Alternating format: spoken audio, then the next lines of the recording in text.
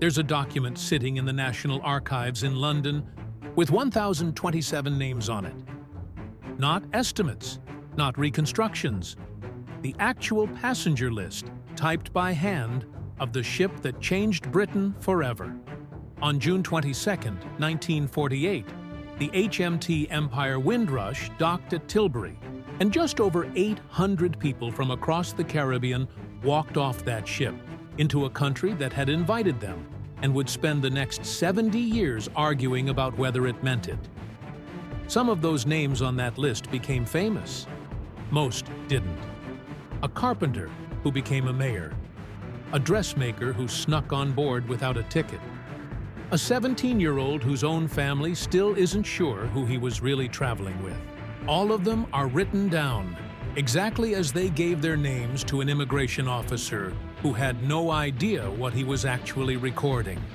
If your family has roots in Jamaica and someone in your bloodline crossed the Atlantic after the war, there's a real chance their name, or a name just like it, is sitting in that document right now.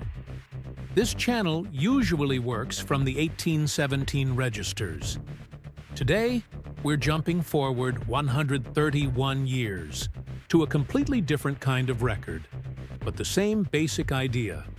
A government wrote down names for its own bureaucratic reasons, never imagining anyone would care 2 lifetimes later. And because they wrote it down properly, name, age, occupation, where they planned to live. It became one of the most searched documents in modern British genealogy. The Windrush passenger list has been fully transcribed and digitized, cross-checked by 2 separate research projects working independently of each other. Every name, every age, every stated occupation. If you know your family sent someone to England in 1948, this document can, in some cases, take you straight to their signature. Drop your surname below, and if your family has a Windrush story, even a half-remembered one, even just someone went to England after the war, tell us. We've already had people in the comments trace relatives through records like this, and it works better the more of us are looking. Subscribe and turn on notifications. New records, new names, every week. Quick reminder before we count down, the pinned comment under this video has a link to our Jamaican Surnames eBook. 100 authentic surnames with the research laid out in more depth than any video can hold. Check the pinned comment first to see if your surname's on the list before you buy anything. And if this research has ever helped you, supporting the channel helps us keep doing it. 15 names. Let's go. Number 15. Fullerton. Clifford Fullerton. A tailor.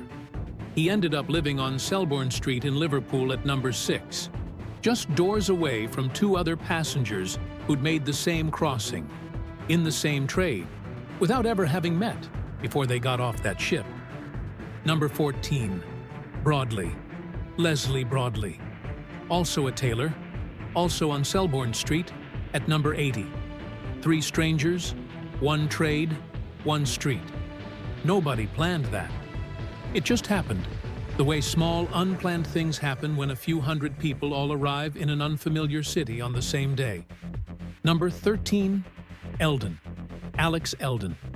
Before the Windrush, he was one of the West Indian airmen who came to Yorkshire in 1944 to train for the RAF. One story about him has stuck for decades.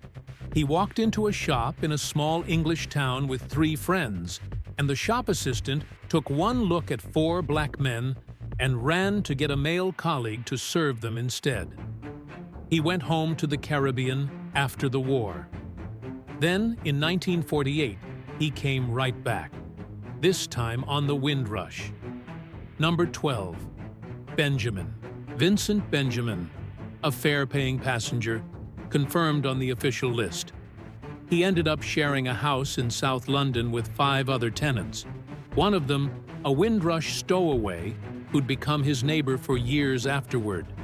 2 very different arrivals, the same address, the same struggle to find a landlord willing to rent to black tenants in a city that mostly wasn't. Number 11. wholeness. Alphonsus, wholeness. 29 years old, a cabinet maker. His entry on the list is clean and confirmed. No argument about it. There was another man with almost the same name who always claimed he'd made that same crossing too, but his name never turned up on the official record at all. Some historians think he stowed away. As far as anyone's been able to establish, the two wholenesses weren't even related. Sometimes a surname on a ship's manifest is exactly what it looks like. Sometimes it's a coincidence wearing the same name. Number 10. Thompson. Nathaniel Thompson. A tailor, one of the same Selborne Street trio in Liverpool. 3 tailors, 3 doors down from each other, in a city none of them had ever set foot in before that June. Number 9. Harris. Lucille Harris. 50 years after she stepped off that ship, someone asked her what she remembered. It was a lovely day. Beautiful, she said, and they were all at the dock waiting for me. I was very excited. Not every story from that ship is about hardship. Some of them start exactly like that. Number 8. Richards. John Richards. 22 years old, a carpenter. Decades later, he talked about the shock of arriving in what he'd been taught his whole life to call the mother country, and finding out it didn't feel like home at all. They tell you it is the mother country. You're all welcome. You're all British, he said. It was 2 different things. Number 7. Denniston. Oswald Columbus Denniston. 35 years old. According to the newspapers at the time, he was the very first Windrush passenger to find work in England. He started the same day he landed, handing out rations at the shelter in Clapham, where new arrivals were staying. He settled in Brixton and became a street trader. Decades later, he told the BBC the mood on the crossing over had been jolly. Calypso bands playing, and as he put it, when you have more than 6, you have a party. Number 6, Wauchope, Evelyn Wauchope. 39, a dressmaker. She's one of only 2 names added by hand to the very end of the typed passenger list, under the word stowaway. She'd boarded at Kingston without a ticket. Whether that was really stowing away, or just a woman finding her own way onto a ship that wasn't selling her one the normal way, people still argue about today. She went on to live at 18 Collingham Gardens in London. Both the passenger list and the electoral register agree on that much, even if nothing else about her story is settled. Number 5. Johnson. Samuel Johnson. The very last entry on the entire passenger list. Number 1, 02I7, 30 years old. He boarded at Kingston, Jamaica, but gave his last place of permanent residence as Trinidad. Even one single name on this list can carry 2 islands worth of story folded into it. Number 4, Collins, Claude Collins, 23 years old, passenger number 588. No listed address in England, so he spent his first nights at the Clapham South Deep Shelter, alongside hundreds of other new arrivals with nowhere else to go yet. Number 3. Collins again. Rudolph Collins, 17 years old, passenger number 589. The very next name on the list after Claude. Decades later, Rudolph's daughter believed her father and Claude might have been brothers. She was even more certain there had been a third, an uncle who'd also crossed on the Windrush. There was, in fact, a third Collins on board, passenger 608, a man named Melvin. But Rudolph never called him uncle, and the family never used the name Melvin at all. 2 young men with consecutive numbers sent to the same shelter their first night in England. And then Rudolph left after only a few days, while Claude stayed behind. If they really were brothers, it's a strange way to treat each other. Nobody's ever fully solved it. That's the thing about a passenger list. It tells you exactly who was standing in that line, in what order, and absolutely nothing about what any of them meant to each other. Number 2. Gardner. Alfred Dalrymple. Gardner. A Royal Air Force veteran who crossed back to England on the Windrush to build a life, not just finish a war. He helped start the Caribbean Cricket Club that became the center of an entire community's social life for decades. Weekend matches, wives doing the catering, trophies won all over the north of England.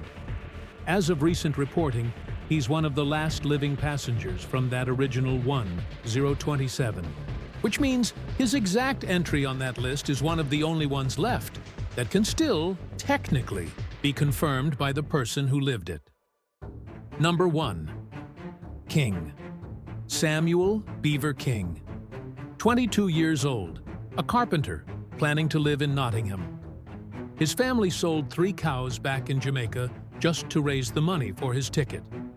He'd already served in the Royal Air Force during the war, before he ever got on that ship. 11 years after landing, he registered as a British citizen. He went on to help start the first Caribbean Carnival in London, the event that became the Notting Hill Carnival. And in 1983, he became the first black mayor of the London borough of Southwark. He died in 2016. Somewhere in Jamaica, 3 cows changed hands so that 1 carpenter could get on a boat. And because of that, a city on the other side of the ocean got its most famous street festival. And one family's name is written into the official record of a country that almost didn't let him in. That's the thing about this document that gets me every time. Nobody on that ship knew they were making history. Most of them thought they'd stay 5 years and go home. An immigration officer typed their names into a list because that was his job that afternoon, not because he thought anyone would care in 2026. But he wrote it down properly. And because he did, if your family crossed that water, there's a real chance you can go find the exact line where it happened. Drop your surname below. And if the ebook helped, or if this one did, the link's in the pinned comment. Full list included, so you can check before you buy. Somebody in your family walked off that ship not knowing what came next. The least we can do is remember they were brave enough to get on it.